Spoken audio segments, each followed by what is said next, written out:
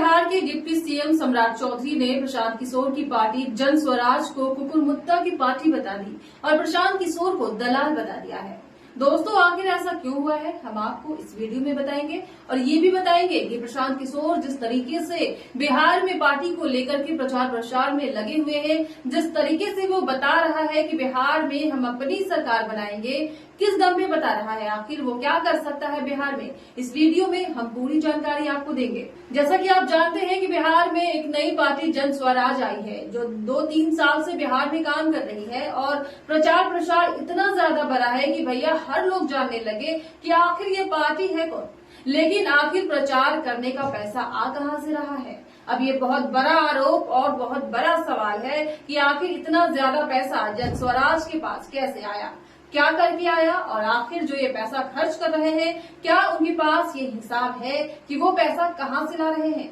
अभी हाल ही में आरोप लगाया गया कि जन स्वराज पार्टी के पास इतना पैसा कैसे है, तो प्रशांत किशोर ने सफाई में बोला कि 14 करोड़ का डोनेशन मुझे मिला था अयोध्या राम रेड्डी से। मैं बहुत लोगों के लिए काम करता हूँ, बहुत बड़े बड़े लोगों के लिए काम करता हूँ, राजनीति से जुड़े ऐसे लोगों को हम एडवाइस करते हैं जिसके कारण लोग हमको तोहफे में करोड़ों रुपए दे देते हैं।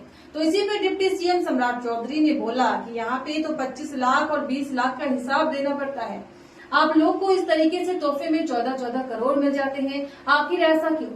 दोस्तों, प्रशांत किशोर ने बहुत पहले एक प्रोग्राम में ये बताया था कि बिहार के किसी लोगों की ये औकात नहीं जितना मैं पैसे ले लेता हूँ। राजनीति सलाहकार देने के लिए, एडवाइस करने के लिए, एक सलाह देने के लिए मैं 100-100 करोड़ लेता हूँ। मतलब प्रशांत किशोर ने ये अपने मुंह से बोला है और एक वीडियो में बोला है। तो सोचिए 100 करोड़ कैसे? सवाल ये उठता है कि आखिर वो ऐसा क्या एडवाइस दे देते हैं कि उसकी कीमत 100 करोड़ होती है, 200 करोड़ होती है।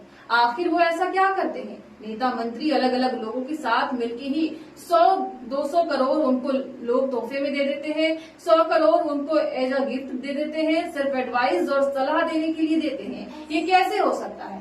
अब ये सिर्फ सवाल मेरे अंदर नहीं है, बिहार के उन तमाम लोगों के अंदर है कि भैया आखिर एडवाइस ऐसा क्या होता है, क्या ऐसा एडवाइस होता है जिसकी कीमत करोड़ों में होती है और आखिर कौन होते हैं? क्योंकि देखिए, सब लोग ये जानते हैं कि प्रशांत किशोर बहुत लोगों के साथ काम कर चुके हैं, बड़े बड़े राजनीतिक लोगों के साथ काम कर चुके हैं और उनको सीएम तक बनाने का जिम्मेदारी ये उठाए हैं और सीएम तक बनाए हुए हैं और ये कॉन्फिडेंस लेकर के बिहार भी आए हैं और ये सोचे कि प्रशांत किशोर की जब मैं दूसरों को सीएम बना सकता हूं तो मैं अपनी पार्टी के मेंबर को भी सीएम बना सकता हूं और खुद को भी सीएम बना सकता हूं। इसलिए वो 2-2.5 साल पहले बिहार आए और बिहार में एकदम जमकर पैसे खर्च कर रहे हैं जिसका कोई हिसाब नहीं। अभी हाल ही में उन्होंने बीजेपी के मंत्री अशोक चौधरी पर आरोप लगाया था 200 करोड़ की प्रॉपर्टी खरीदने का, अब उल्टा उन्हीं पर पड़ गया है। अशोक चौधरी ने 100 करोड़ का मानहानि का नोटिस भेज दिया है और ये कहा है कि आरोप लगाने से पहले पुष्टि करिए और साबित कीजिए, किसी को भी कुछ भी बोलने, चुनाव से पहले जनता को भ्रमित मत कीजिए।